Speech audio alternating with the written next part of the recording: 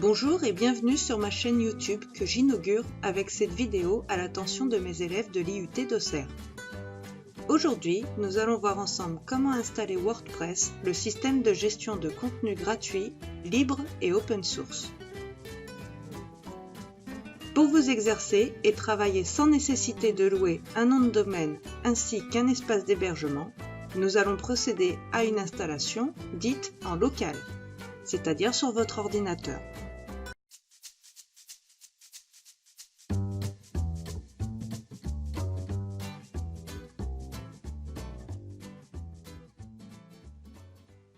WordPress est écrit en PHP et repose sur une base de données MySQL.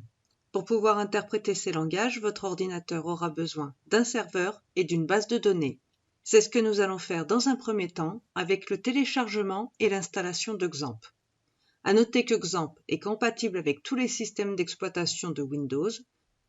Pour ceux qui sont équipés d'un Mac, il existe d'autres serveurs gratuits comme WAMP qui seront peut-être plus adaptés.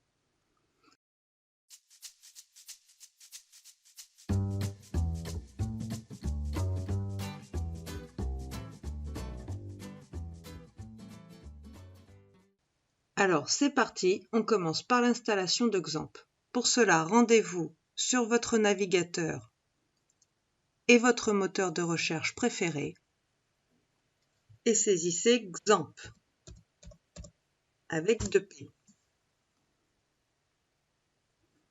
Comme vous le voyez, moi je vais me rendre sur le site qui s'appelle apachefriends.org dans l'onglet Télécharger.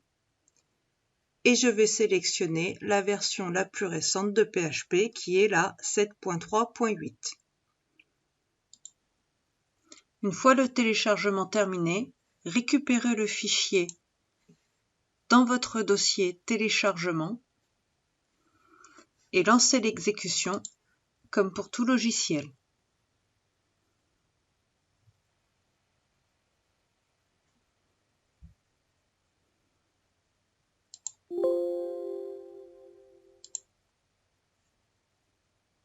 Un certain nombre de composants sont déjà intégrés dans le dossier de XAMPP. Tous ne nous serviront pas, mais on va quand même les conserver. On remarque notamment qu'on a Apache, MySQL, donc Apache vous êtes obligé de le garder, MySQL et le logiciel de chargement de fichiers FileZilla FTP. Comme vous pouvez l'observer, XAMPP propose une installation de ces fichiers directement à la racine C2 points et c'est ce qu'il faut faire. Donc, on y va, on clique sur OK. Moi, je décoche cette case.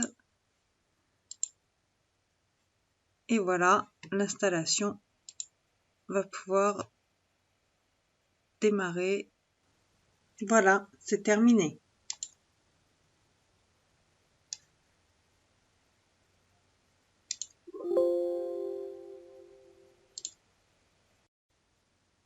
Vous avez maintenant à l'écran une fenêtre ouverte et ce sont les 2 premières lignes qui vont nous intéresser et que nous activerons tout simplement en cliquant sur Start.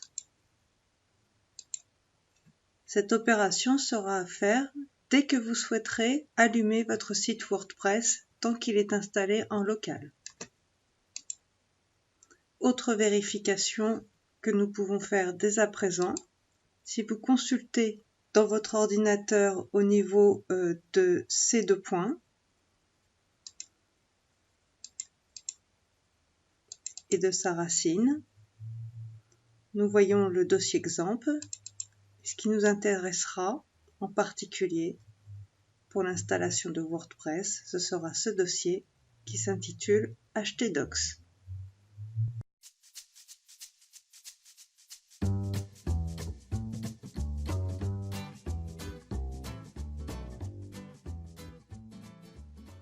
Nous allons tout de suite procéder à la création de la base de données, indispensable à l'installation de WordPress.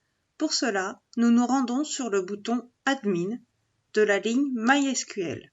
Nous cliquons et nous sommes automatiquement redirigés vers l'interface d'administration en ligne PHP MyAdmin. Ensuite, Pour créer une nouvelle base de données, rien de plus simple. Vous cliquez sur cet onglet « Nouvelle base de données ». Vous lui donnez un nom. Ici, je vais choisir, puisque je suis sur une démonstration WordPress. Et ensuite, ici, nous avons l'interclassement à choisir. Comme nous sommes sur un site français, le mieux, et pour ne pas se tromper, c'est de sélectionner UTF-8 Unicode CI et vous cliquez sur Créer. Donc, notre base de données a été créée ici.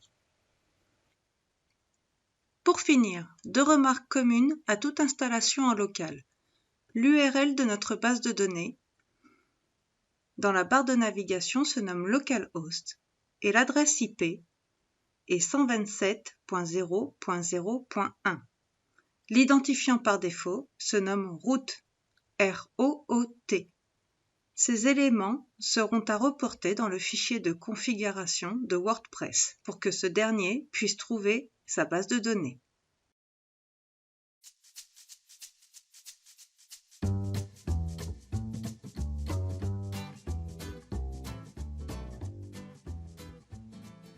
Procédons maintenant à l'installation de WordPress. Tout d'abord, nous nous rendons sur le site wordpress.org.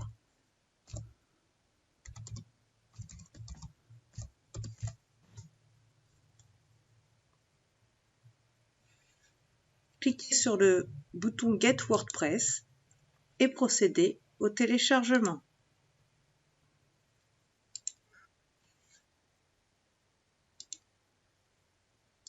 Une fois le téléchargement terminé, rendez-vous dans le dossier pour dézipper le noyau qui vient d'être téléchargé. Copiez tout simplement le dossier nommé WordPress et rendez-vous à la racine de votre ordinateur sur ces 2 points dans le dossier XAMPP et le répertoire htdocs. Ensuite, collez le dossier WordPress.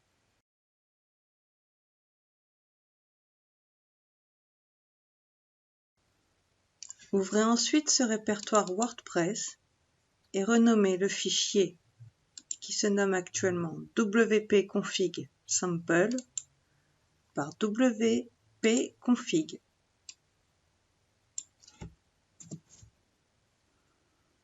Ouvrez ce fichier et renseignez ici les informations de votre base de données, à savoir WordPress pour son nom,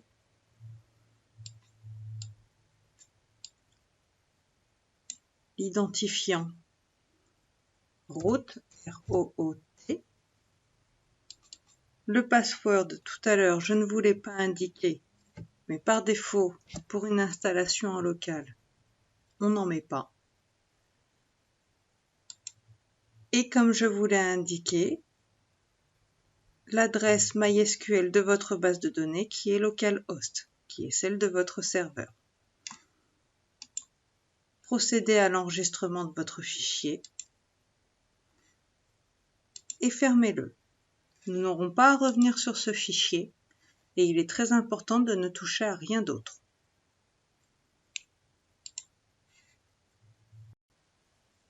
Pour finir, rendez-vous dans votre navigateur, dans un nouvel onglet, et saisissez dans la barre de navigation localhost/WordPress.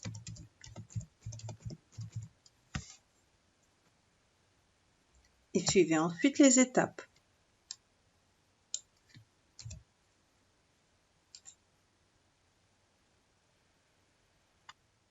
Donc, pour finir, ce dernier écran est à renseigner avec le titre de votre site, votre identifiant, un mot de passe que je vous conseille de copier dans un petit bloc-notes pour ne pas l'oublier, et votre adresse de messagerie. Et si vous souhaitez ou pas dès maintenant, demandez au moteur de recherche d'indexer ou pas ce site.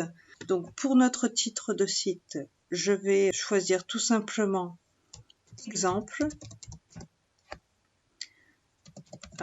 Exemple WordPress. Voilà. Mais vous mettez ce que vous voulez. Votre identifiant, eh bien, pour ce qui me concerne, ce sera S Champeau. Le site, le mot de passe, donc, je le copie immédiatement. Et je vais le ranger dans mon petit bloc-notes. Voilà, j'enregistrerai ça un petit peu plus tard dans mon dossier. Mon adresse de messagerie, donc je vous la donne pour ceux qui n'auraient pas eu le temps de la noter.